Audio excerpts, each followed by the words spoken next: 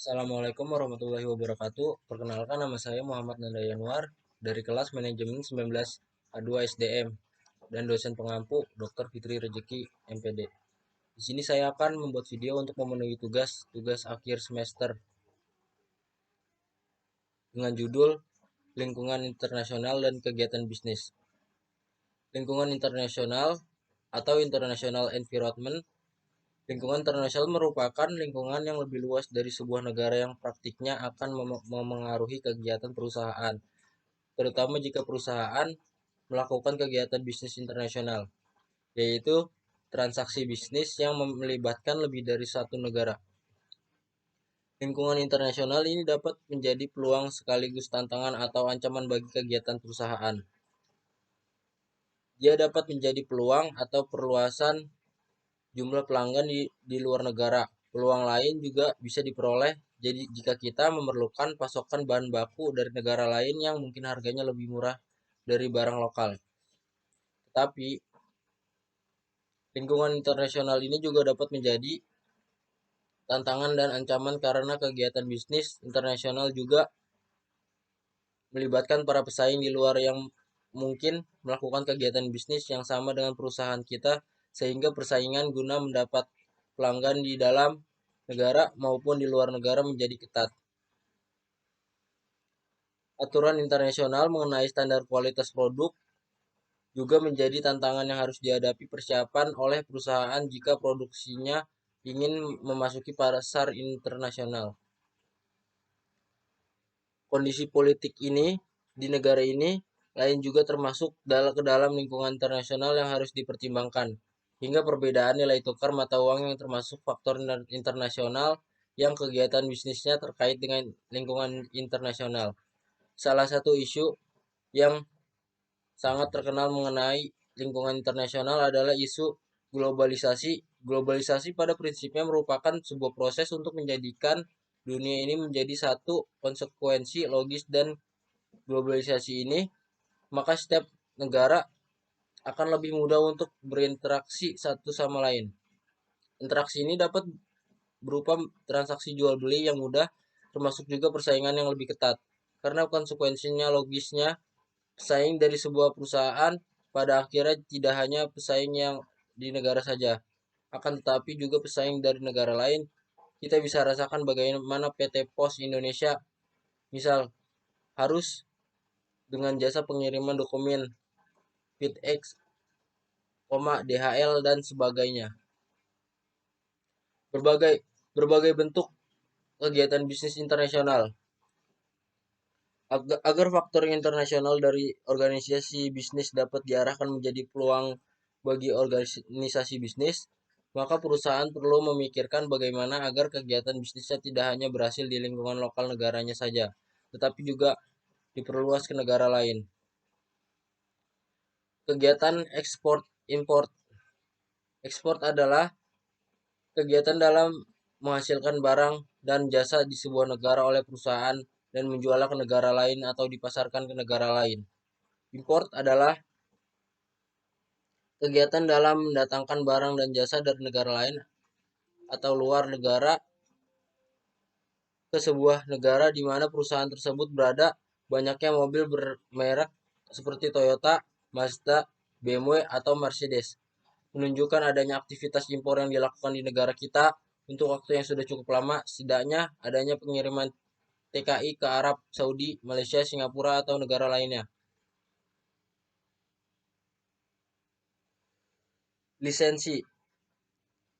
Lisensi pada dasarnya merupakan sebuah kesepakatan atau perjanjian di mana sebuah perusahaan memperbolehkan perusahaan lain untuk menggunakan merek teknologi, hak, paten, atau aset lainnya. Sebagai kompensasinya, perusahaan yang menggunakan hak perusahaan lain biasanya diharuskan membayar hak lisensinya berupa sejumlah uang tertentu sebagaimana kesepakatan yang dibuat. Selanjutnya, partner strategis. International Strategic Alliance. Investasi langsung adalah salah satu bentuk kegiatan bisnis internasional di mana sebuah perusahaan membeli sebagian atau keseluruhan aset atau melakukan investasi di sebuah perusahaan di suatu negara tertentu. Contohnya, pembelian saham PT Bank Niaga dan PT Bank Danamon oleh pihak Singapura dan Malaysia merupakan salah satu bentuk investasi langsung yang dapat dilakukan oleh sebuah perusahaan terhadap perusahaan lain di negara yang berbeda. Faktor-faktor terkait dalam bisnis internasional. Ada 3 faktor terkait yang perlu diperhatikan, yaitu kontrol dalam perdagangan internasional, eksistensi komunitas dan institusi secara internasional, serta perbedaan budaya antar negara. Selanjutnya, kontrol dalam perdagangan internasional. Kadangkala lingkungan internasional dalam bisnis belum tentu menjamin sebuah perusahaan yang beroperasi secara internasional akan sukses. Hal ini terkait dengan kepentingan dari satu negara menjamin selain transaksi bisnis bisa dijalankan, juga kepentingan pebisnis lokal di setiap negara juga terjaga. Selanjutnya, komunitas ekonomi internasional atau ekonomi komunitis. Komunitas ekonomi adalah kelompok yang terdiri dari berbagai negara yang bersepakat untuk mengurangi kendala-kendala dalam perdagangan internasional atau trade barrier di negara-negara anggota dalam kelompok tersebut. Adanya komunitas ekonomi ini akan memberikan kekuatan ekonomi yang sangat signifikan bagi negara-negara anggota dari setiap komunitas tersebut, yaitu dengan adanya kemudahan yang lebih baik daripada sebelumnya, dan komunitas ini juga menjadi kekuatan dalam menghadapi kekuatan ekonomi lain di luar kelompok tersebut. Perbedaan budaya antar negara atau cultural difference across nation. Budaya dalam organisasi pada dasarnya merupakan nilai-nilai dan norma yang dianut oleh organisasi, membantu para anggotanya untuk memahami bagaimana sebenarnya sebuah organisasi bisnis berjalan. Dan yang penting dan tidak penting bagi organisasi bisnis yang dia kaitkan dengan lingkungan sekitar. Budaya organisasi dan kegiatan bisnis. Pentingnya budaya bagi organisasi bisnis.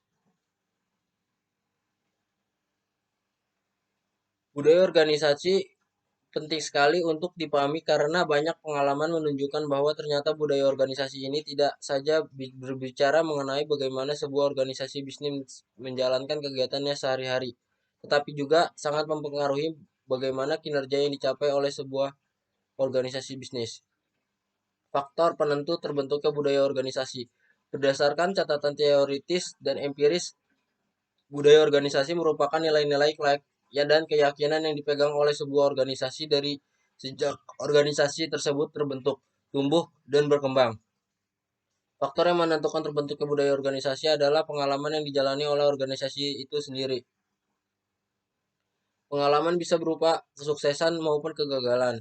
Kesuksesan bisa disebabkan karena adanya konsep bisnis yang tepat, pendekatan manajemen yang terbaik, dan lain-lain. Sebaliknya, kegagalan dapat disebabkan oleh ketidaktepatan konsep bisnis yang dijalankan, pendekatan manajemen yang buruk, dan bahkan mungkin faktor internasional dan eksternal yang tidak sanggup diantisipasi oleh perusahaan.